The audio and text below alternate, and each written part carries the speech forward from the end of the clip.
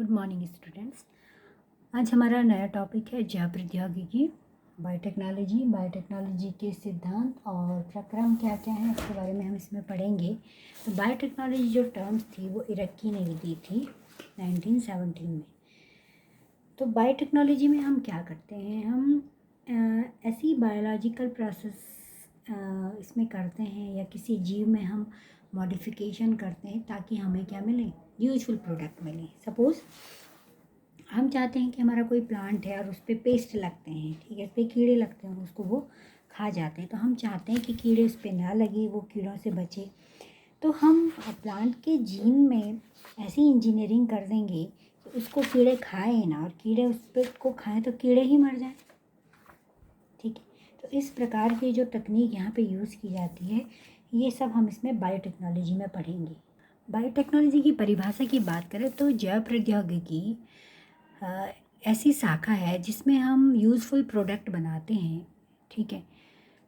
ऐसे useful product बनाते हैं जो मनुष्य के जीवन को और बेहतर बनाते हैं। और इनको बनाने के लिए हम क्या करते हैं, विभिन्न बायोलॉजिकल प्रोसेस का यूज़ करते हैं, जो जीवन में जो प्रोसेस चलती हैं उनका यूज़ करते हैं, किसी जीव का यूज़ करते हैं, या कोई एक ऐसा सिस्टम हम बनाते हैं, ठीक है। तो ये सब हम बायोटेक्नोलॉजी में करते हैं। या एक और परिभाषा है कि जेनेटिक इंजीनियरिंग के द्वारा किसी लिविंग ऑर्गेनिज्म में, किसी जीवित जीव के आनुवंशिक स्ट्रक्चर को मैनिपुलेट करना, उसको बदल देना। क्यों बदलना? ताकि हमें बेहतर प्रोडक्ट मिल सके, ठीक है। जैसे पेस्ट रेजिस्टेंस क्रॉप हम बना चुके हैं, ऐसी फसलें हम बना चुके हैं जो पेस्ट रेजिस्टेंस है, जिसका पेस्ट कुछ नहीं बिगाड़ सकता है। तो कुल मिला के बायोटेक्नोलॉजी क्या है? बायोटेक्नोलॉजी ह्यूमन की लाइफ को बेहतर बनाने का एक तरीका है, जिसमें हम विभिन्न ऑर्गेनिज्म का यूज़ करते हैं। हम बायोलॉजिकल प्रोसेस में आपका क्या आ जाता है, सेल है, सेल में जो जो प्रोसेस होती हैं, ठीक है। और मॉलिक्यूलर बायोलॉजी जिसमें आपका है प्रोटीन, फैट, वसा, ये सब वहाँ पे इंक्लूड हो जाता है। तो ये सब क्यों करा जाता है? ताकि हम ह्यूमन की लाइफ को बेहतर बना सकें। अब बात करें बायोटेक्नोलॉजी की, तो बायोटेक्नोलॉजी को दो भागों में बांटा गया है, ओल्ड बायोटेक्नोलॉजी और मॉडर्न बायोटेक्नोलॉजी। पुराना जैव प्रौद्योगिकी, नई जैव प्रौद्योगिकी। तो पुरानी जैव प्रौद्योगिकी में हम सूक्ष्म जीवों के प्राकृतिक स्ट्रेन का प्रयोग करते हैं, ठीक है। हम नहीं करते, ये नेचुरली होते हैं। जैसे दूध से दही जमाना, तो उसमें लैक्टोबैसिलस खुद ही बन जाते हैं, ठीक है, या आप जामुन उसमें डाल देते हो। शराब, जो घरों में शराब बनती है, ब्रेड को बनाना, बन बिस्किट, जो बन बनते हैं, ब्रेड बनते हैं, जो पनीर बनता है, जो सिरका बनता है, उसमें हम नेचुरल स्ट्रेन को यूज़ करते हैं, सूक्ष्म जीवों के प्राकृतिक स्ट्रेन उसमें डालते हैं और आज भी हम करते हैं। तो ये ओल्ड बायोटेक्नोलॉजी है, ये भी बायोटेक्नोलॉजी है, क्योंकि जीवों का उपयोग हम क्या कर रहे हैं, अपने जीवन को बेहतर बनाने के लिए कर रहे हैं। मॉडर्न बायोटेक्नोलॉजी में हम क्या करते हैं, आनुवंशिक रूप से मॉडिफाइड जीवों को नए उपयोगी पदार्थ बनाने के लिए प्रयोग में लाए जाते हैं। यहाँ पे हम जो भी सूक्ष्म जीव हैं उनको मॉडिफाइड करते हैं जेनेटिकल रूप से। तो इसमें क्या उपयोग में लाने होते हैं और उत्पादकता बढ़ाते हैं, जैसे medical biotechnology, crop biotechnology, microbial biotechnology, industrial biotechnology, औद्योगिक सूक्ष्म जीव, फसलों की बायोटेक्नोलॉजी, दवाइयों में बायोटेक्नोलॉजी। अब मॉडर्न बायोटेक्नोलॉजी के सिद्धांत क्या हैं, इसको थोड़ा समझते हैं। देखिए, मॉडर्न बायोटेक्नोलॉजी के सिद्धांत को हमको दो पार्ट्स में पढ़ना है। एक है जेनेटिक इंजीनियरिंग, आनुवंशिक इंजीनियरिंग, और रसायन इंजीनियरिंग। अब आनुवंशिक जो इंजीनियरिंग है, इसको हम RDNA टेक्नोलॉजी भी कह देते हैं, ठीक है। आर का मतलब है रिकॉम्बिनेंट DNA। ये क्यों हमें जेनेटिक इंजीनियरिंग क्यों करनी पड़ती? इंजीनियरिंग का मतलब क्या है? इंजीनियर क्या करते हैं? इंजीनियर किसी भी नए सिस्टम को बनाते हैं, असेंबल करते हैं। तो जेनेटिक शब्द बना है जीन के लिए, जीन की इंजीनियरिंग करनी, यानी हम जीन में बदलाव लाते हैं। तो पहले टाइम में आप देखते थे कि क्रॉप के इम्प्रूवमेंट के लिए फसलों में क्रॉस फर्टिलाइजेशन कराया जाता था, निषेचन कराया जाता था। अभी पीछे हमने प्लांट ब्रीडिंग में पढ़ा था कि उच्च उत्पादकता के लिए हम क्या करते थे, अलग अलग अच्छे प्लांट्स को चूज़ करते थे, उनके बीच में क्रॉस कराते थे। लेकिन उसमें क्या होता है, उसमें कभी कभी अनडिज़ायरेबल कैरेक्टर भी आ जाते हैं, ऐसे कैरेक्टर भी आ जाते हैं जो हमें नहीं चाहिए। या जैसे पहले क्या होता था कि डायबिटीज़ के पेशेंट को इंसुलिन के लिए क्या करते थे कि जो आपके पिग होते थे, पिग को मार के उसकी मांस अग्नाशय से इंसुलिन निकाला जाता था और तब वो शुगर के पेशेंट को दिया जाता था, डायबिटीज़ के पेशेंट को दिया जाता था। लेकिन उसमें नुकसान क्या था? 2 नुकसान थे। तो इतना हम सुअर कहाँ से लाएँगे, कहाँ से काटेंगे? और दूसरा क्या होता था कि सुअर का जो इंसुलिन होता था वो हर किसी को सूट नहीं होता था, किसी-किसी के शरीर में वो एज़ अ एंटीजन काम करने लग जाता था। तो जेनेटिक इंजीनियरिंग क्यों की जाती है? ताकि डिज़ायर्ड और अनडिज़ायर्ड कैरेक्टर को छाँट सकें। जो हमें चाहिए वो हम लें, जो हमें नहीं चाहिए वो हम ना लें। ठीक है? तो यहाँ पे एक रिकॉम्बिनेशन बन जाता है। यहाँ पे क्या बन जाता है? एक रिकॉम्बिनेशन अपने आप ही बन गया, क्योंकि हमने उसमें से अनडिज़ायर्ड जीन को काट के अलग निकाल दिया। या हम किसी होस्ट के अंदर, सपोज़ हमने जो है हमको इंसुलिन बनानी है, तो हमने इंसुलिन का जो बनाने वाला जो जीन है उसको मनुष्य से निकाला और उसको हमने कहाँ डालना है? उसको हम किसी होस्ट में डालेंगे। होस्ट में क्यों डालेंगे? क्योंकि होस्ट के अंदर ही वो प्रोटीन बनाएगा। ठीक है? तो होस्ट के अंदर वो प्रोटीन बनाएगा। या आप ये समझ लीजिए, चलो ये थोड़ा आपके लिए अभी समझ नहीं आ रहा होगा, इसको मैं ऐसे समझाती हूँ आपको। आपको किसी प्लांट को जो है किसी पेस्ट के प्रति प्रतिरोधक बनाना है, कोई कीट है वो उसको ना खाए, तो आप उस प्लांट के जीन को कट करोगे और उसमें ऐसा जीन डालोगे जो ऐसी प्रोटीन बनाए कि उसको खा के कीड़ा मर जाए। तो आपने उसमें बाहर से जीन डाला ना, एक रिकॉम्बिनेशन आपने बनाया, नया कॉम्बिनेशन आपने बनाया। आपने उस प्लांट के डीएनए में बाहर से ला के कोई डीएनए डाला। ठीक है? डीएनए डालने से क्या हुआ कि जो बाहर से आप ऐसा डीएनए लाए कि वो ऐसी प्रोटीन बना रहा है कि जिसको खा के कीड़े मर जाएं। तो ये रिकॉम्बिनेशन है। यहाँ से आपका आरडीएनए डेवलप हुआ। आर का मतलब है रिकॉम्बिनेंट डीएनए। ठीक है? इसको रिकॉम्बिनेंट डीएनए, आरडीएनए, सीडीएनए भी कह देते हैं, काइमेरिक डीएनए। तो ये सबसे पहले ढूंढा कोहेन और बोयर ने। इम्पॉर्टेंट है, कोहेन और बोयर ने ये काम किया और इनको इसके पैसे आज भी मिलते हैं। समझ गए आप? इनको लॉयल्टी जाती है क्योंकि इन्होंने ये बनाया, तो ये क्रेडिट इनको जाता है। तो इनके पास तो बहुत पैसे हैं क्योंकि इन्होंने ये बनाया है। तो जब भी कोई प्रोडक्ट बनता है या कोई भी कंपनी इनके को लेती है तो वो इनको हर महीने पे करती है। ठीक है? इसमें क्या करते हैं हम? डिज़ायर्ड जीन को आइसोलेट करते हैं। जो डिज़ायर मतलब जो जीन हमको चाहिए उसका हम कहीं से भी ले सकते हैं। या आगे आगे पढ़ोगे आप। उसके बाद उसकी संख्या को बढ़ाया जाता है और उसको सूटेबल होस्ट में डाला जाता है। उसकी संख्या को बढ़ाने के लिए हम क्या करते हैं? पीसीआर टेक्नोलॉजी का प्रयोग करते हैं या उसको किसी सेल में डालते हैं। ठीक है? वो क्या करते हैं आगे आप पढ़ोगे, लेकिन उसकी संख्या बढ़ा करके उसको होस्ट में डालते हैं। होस्ट का मतलब है होस्ट का मतलब आप ये समझिए कि मेरे पास कोई डीएनए है। ठीक है? वो एक टेस्ट ट्यूब में है, एक मेरे पास ट्यूब है उसमें डीएनए। तो क्या वो डीएनए प्रोटीन बना सकता है?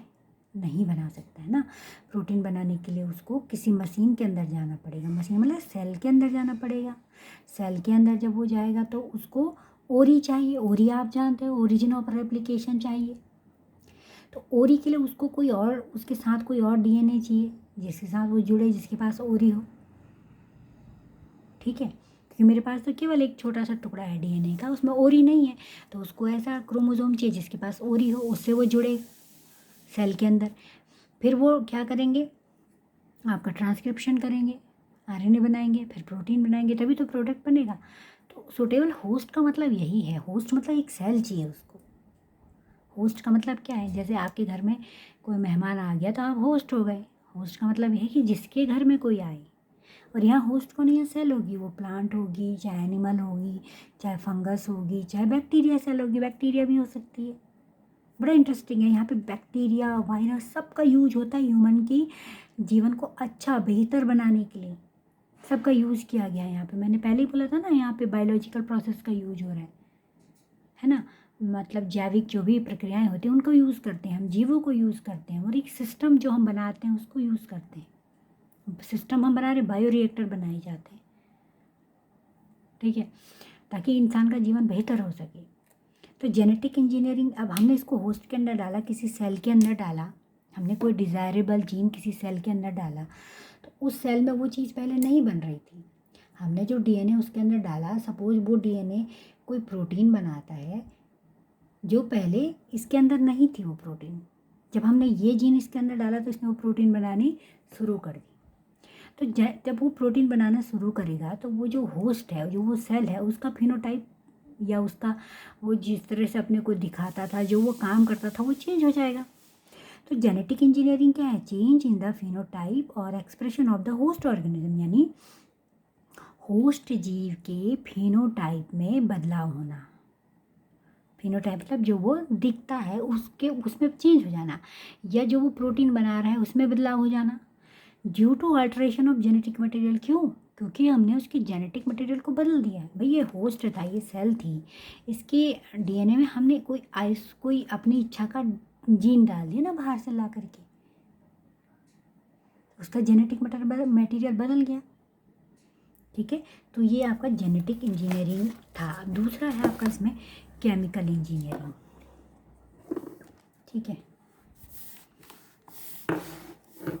केमिकल इंजीनियरिंग में क्या होता है? देखिए अभी तक हमने जो आरडीएनए बनाया, वो आरडीएनए हमने जो बनाया, अब मैंने अभी बोला कि उसको होस्ट में डालते हैं हम जो डिज़ायरेबल जीन होता है, जो हमारी इच्छा का जीन है, हमको किसी होस्ट में डालना है। क्यों डालना है? क्योंकि वो उस होस्ट के अंदर जाकर ही वो क्या करेगा?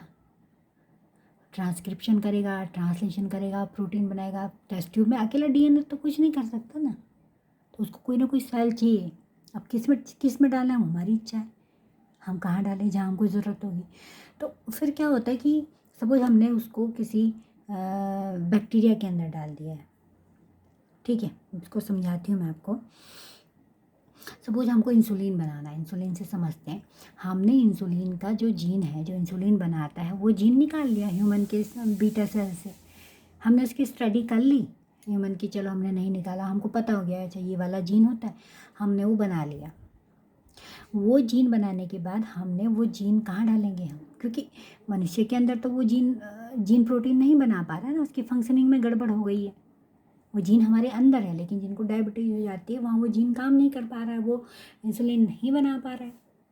तो वहाँ से हम क्या करेंगे कि हमें पता है इंसुलिन का ये जीन है, हम उसको किसी बैक्टीरिया में डाल देंगे। अब बैक्टीरिया में डालने के बाद, अब बैक्टीरिया उसका होस्ट हो गया। सपोज हमने इशर्शिया कोलाई के अंदर इंसुलिन बनाने वाले जीन को इशर्शिया कोलाई के गुणसूत्र में डाल दिया। ठीक है, ये आपका ई कोलाई है, ये ई कोलाई का गुणसूत्र है। यहाँ हमने इंसुलिन बनाने वाले जीन को डाल दिया, ये चला गया ये। अब ये क्या करेगा? इसमें ओरी है ना, ओरिजिन ऑफ रेप्लिकेशन। ये अपनी संख्या बढ़ाएगा तो ये इसकी संख्या भी बढ़ेगी। ये अपनी प्रोटीन बनाएगा तो ये प्रोटीन भी बनेगी, यानी इसकी प्रोटीन क्या है? इंसुलिन। तो इंसुलिन बन गया। तो इंसुलिन का प्रोडक्शन बड़ी पैमाने पे होगा। एक बैक्टीरिया से तो थोड़ा सा इंसुलिन बनेगा, तो ये अपनी संख्या बढ़ाएगा, साथ में इनकी संख्या भी बढ़ेगी, साथ में प्रोटीन की मात्रा भी बढ़ेगी। तो केमिकल इंजीनियरिंग में हम क्या करते हैं कि हम स्टेराइल कंडीशन को बनाते हैं, ताकि जो है, जैसे हमारा जो टैंक है, बायोरिएक्टर है, इसमें हम केवल इसी ई कोलाई को ग्रो करें और बैक्टीरिया इसमें ग्रो ना करें। तभी तो हमें शुद्ध इंसुलिन मिलेगा। ताकि इसमें ये और ये, क्योंकि आप जानते हो हवा में तो बहुत सारे बैक्टीरिया हैं, अगर हम इसमें पोषक तत्व तो डालेंगे ना ग्रो करने के लिए, तो ई कोलाई के अलावा बहुत सारे बैक्टीरिया उसमें आ जाएंगे। तो केमिकल इंजीनियरिंग में हम क्या करते हैं, हम ये काम करते हैं कि इस जहाँ पर हम इसकी ग्रोथ करा रहे हैं इस बैक्टीरिया की, उसको हम स्टेराइल रखें, उसको दूषित ना होने दें, यानी उस पर कोई और सूक्ष्म जीव आके उसमें अपना घर ना बना ले। कोई और सूक्ष्म जीव आ जाएगा तो इसकी संख्या तो कम हो जाएगी, हमारा प्रोडक्ट हमको कम मिलेगा। अब वो चाहे एंजाइम भी हम इसी तरीके से बनाते हैं, वैक्सीन भी बनाते हैं हम इस तरीके से, एंटीबायोटिक्स भी बनाते हैं। इंसुलिन तो खैर है, इसको बायोरिएक्टर बोलते हैं, ये मैं आपको आगे पढ़ाऊँगी। एक बड़ा वैसल होता है, उसमें डाले जाते हैं, बड़ा वैसल होता है, उसमें सूक्ष्म जीव डाल दिए जाते हैं। जैसे पीछे हमने पढ़ा था ना सूक्ष्म जीवों का उपयोग, तो हम जैसे एंजाइम बनाते हैं, एंटीबायोटिक बनाते हैं बैक्टीरियाओं से, तो बैक्टीरिया की संख्या बढ़ानी पड़ती है। जब बैक्टीरिया की संख्या बढ़ेगी तो वो अपना डीएनए से आरएनए बनाएगा, आरएनए से प्रोटीन बनाएगा, वो प्रोटीन आपको चैम्बर में मिलेगी, आपको वही तो चाहिए। ठीक है, तो केमिकल इंजीनियरिंग में हम अनडिज़ायरेबल बैक्टीरिया को वहाँ ग्रो नहीं करने देते। अब मैं आपको उसको समझाती हूँ। देखिए, ये हमारा डिज़ायर जीन है जो हम चाहते हैं, कोई भी हो सकता है, इंसुलिन का जीन है या ये वैक्सीन हमको बनानी है तो हमने सूक्ष्म जीव से उसका वो पार्ट ले लिया जो हमारे अंदर अटैक करता है, ठीक है, हमें परेशान करता है। या हमने पौधे को किसी पेस्ट से बचाना है तो हमने कोई ऐसा प्रोटीन, ऐसा जीन ले लिया जो ऐसी ऐसी प्रोटीन बनाता है जिसको खा के कीड़ा मर जाता है। तो डिज़ायर जीन, इच्छा का जीन, या फॉरेन जीन भी इसको कहते हैं, क्योंकि बाहर किसी सेल के लिए ये फॉरेन है, उसके लिए नया है ये। या पैसेंजर जीन, 3 नाम है इसके, डिज़ायर, इच्छित जीन, फॉरेन जीन या पैसेंजर जीन। तो डिज़ायर जीन की विशेषता क्या होनी चाहिए? मस्ट टू बी रेप्लिकेट, मैंने लिखा है इसको रेप्लिकेट, ये रेप्लिकेट करता हो, ये पहली इसकी कंडीशन है, यानी ये आरएनए बनाता हो। दूसरा, इट इज़ ओनली पॉसिबल, ये कब पॉसिबल है? जब ये जो डिज़ायर जीन है ये किसके साथ जुड़ जाए? किसी क्रोमोसोम के साथ या एक्स्ट्रा क्रोमोसोमल डीएनए के साथ। 2 चीज़ें मैंने बोली, ये किसके साथ जुड़ जाए? किसी गुणसूत्र के साथ या किसी एक्स्ट्रा गुणसूत्र के साथ। और वो गुणसूत्र कैसा होना चाहिए? जिसमें ओरी हो, ओरिजिन ऑफ रेप्लिकेशन हो। तो जैसे आपको पता है कि जो बैक्टीरिया होते हैं, ठीक है, अगर आपको देखना है तो आप इसमें मैंने 11th वालों को बैक्टीरिया बताया है, वहाँ आप देख सकते हो। ये गुणसूत्र होता है बैक्टीरिया में और ये इसमें प्लाज्मिड होते हैं।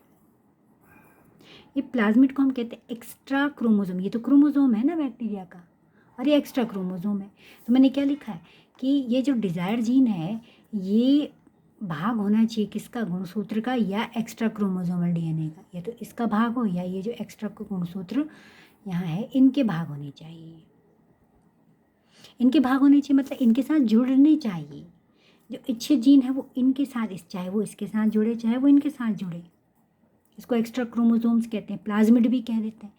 और क्योंकि ये जो एक्स्ट्रा क्रोमोसोम है या जो क्रोमोसोम डीएनए है इनमें ओरी होता है, ओरिजिन ऑफ रेप्लिकेशन होता है। ये बहुत ज़रूरी है, बिना ओरी के तो रेप्लिकेशन होगा ही नहीं है, मैंने आपको रेप्लिकेशन में पढ़ाया है। तो डिज़ायर जीन की क्या गुण है? एक तो ये रेप्लिकेशन करे, दूसरा ये किसी भी होस्ट के क्रोमोसोम या उसमें पाए जाने वाले एक्स्ट्रा क्रोमोसोम्स के साथ जुड़ जाए, उसका पार्ट बन जाए। नेक्स्ट है, ये एक मैंने गोल्ड डीएनए बनाया है, ये वेक्टर डीएनए है। वेहिकल मतलब वाहक डीएनए या वेक्टर डीएनए, इसको 2 नाम कह देते हैं। वेहिकल मतलब वाहक डीएनए, ठीक है। ये वाहक डीएनए कुछ भी हो सकता है, ये गुणसूत्र भी हो सकता है या ये एक्स्ट्रा क्रोमोसोम डीएनए भी हो सकता है जो मैंने यहाँ लिखा था अभी। तो ये वाहक ये भी हो सकता है, ये भी हो सकता है, पर उसकी शर्त क्या है? उसमें ओरी होना चाहिए। फिर हम यहाँ पे यूज़ करते हैं रेस्ट्रिक्शन एंडोन्यूक्लियस। अब ये आरई क्या होता है भाई? हमारा इच्छित डीएनए है, हमारा वाहक डीएनए है, ठीक है, ये हमारा इच्छित डीएनए है और ये वाहक डीएनए है। तो ये इसके साथ जुड़ेगा कैसे? इसको पहले कट करना पड़ेगा ना भाई। आपको 2 रंग के कपड़े सिलने हैं तो पहले आपको अपने ड्रेस में कहीं पे पैच लगाना है तो उसको पहले आपको बीच से काटना पड़ेगा, तभी तो उसमें पैच लगाओगे आप। पैच है ना जो आप बीच में अलग से कपड़ा लगा लेते हो, तो उसके लिए इनको कट करना पड़ेगा। काटने के लिए रेस्ट्रिक्शन एंडोन्यूक्लियस एंजाइम होते हैं। देखिए कट गया, ये भी इच्छित डीएनए तो खैर कट आई है, ये कट गया। कटने के बाद ये यहाँ जुड़ जाएगा और इनको चिपकाने के लिए लाइगेज एंजाइम चाहिए। तो 2 एंजाइम याद रखना आपको, रेस्ट्रिक्शन एंडोन्यूक्लियस और लाइगेज। फिर हमारा बनता है रिकॉम्बिनेंट डीएनए। इस रिकॉम्बिनेंट डीएनए को हम काइमेरिक डीएनए भी कह देते हैं, ठीक है, समझ गए। उसके बाद ये जो आरडीएनए बनता है इसको हम किसी सूटेबल होस्ट में ट्रांसफ़र करते हैं। होस्ट कोई भी सेल हो सकती है, ठीक है, और उस होस्ट को हम क्या कह देते हैं? फिर उस सेल को हम कहते हैं जेनेटिकली मॉडिफाइड ऑर्गेनिज्म। शॉर्टकट में हम कह देते हैं जीएमओ। जेनेटिकली मॉडिफाइड ऑर्गेनिज्म क्या है? जिसके अंदर हमने आरडीएनए डाल दिया है। अब ये जो जेनेटिकली मॉडिफाइड ऑर्गेनिज्म होता है ये कोशिका विभाजन होगा, कोशिका है तो इसके साथ साथ जो इसके अंदर हमने आरडीएनए डाला है वो भी, उसकी भी मल्टीपल कॉपी बनती चली जाती है, उसको क्लोनिंग हम कह देते हैं, ठीक है। तो आपके जो कोहिन और बोयर थे इन्होंने क्या करा, ये क्या काम कर रहे थे? इन्होंने एंटीबायोटिक रेजिस्टेंस जीन की ये खोज कर रहे थे साल्मोनेला टाइफाई में, एंटीबायोटिक रेजिस्टेंस जीन्स, यानी ये जो साल्मोना टाइफाई है ना, इसके अंदर ऐसा जीन होता है कि ये एंटीबायोटिक रेजिस्टेंस होता है, यानी इस पे एंटीबायोटिक का कोई प्रभाव नहीं पड़ता। एंटीबायोटिक डालने पर ये बैक्टीरिया नहीं मरता है, क्योंकि इसके जो क्रोमोसोम है उसमें एक ऐसा जीन है जो एंटीबायोटिक ऐसी ऐसी प्रोटीन बनाता है जो एंटीबायोटिक को न्यूट्रल कर देती है। इन्होंने प्लाज्मिड लिया ई कोलाई का, प्लाज्मिड मतलब वाहक, ठीक है, वाहक किसका लिया, एसर्सिया कोलाई का लिया, और उसके वाहक में, ये वाहक था, इसके वाहक में साल्मोनेला का कौन सा जीन डाला जो एंटीबायोटिक रेजिस्टेंस था, इसके अंदर डाल दिया। अब इसको किस होस्ट में डाला, आरडीएनए बन गया ना हमारा, इसको फिर कहाँ डाल दिया, ई कोलाई में, तो इसी के अंदर डाल दिया, इसी का वाहक यूज़ करा, प्लाज्मिड यूज़ करा। प्लाज्मिड क्या होते हैं, एक्स्ट्रा क्रोमोसोम्स होते हैं, मैंने अभी आपको बताया था कि ये क्रोमोसोम है और ये एक्स्ट्रा क्रोमोसोम है, इस एक्स्ट्रा क्रोमोसोम को हम प्लाज्मिड कहते हैं।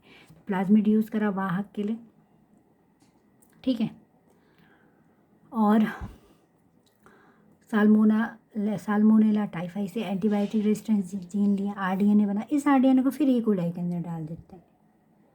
क्यों डालते हैं, क्योंकि फिर हमको इसके अंदर ऐसी प्रोटीन मिलेगी जिन पर एंटीबायोटिक का कोई प्रभाव नहीं पड़ता है। फिर ई कोलाई विभाजित होगा और हमारा डिज़ायरेबल जीन भी हमको बहुत मात्रा में मिलना स्टार्ट हो जाएगा। तो आज मैं आपको इतना ही बताऊंगी, इसको आप थोड़ा समझिएगा, ठीक है, इससे आगे कल बात करेंगे।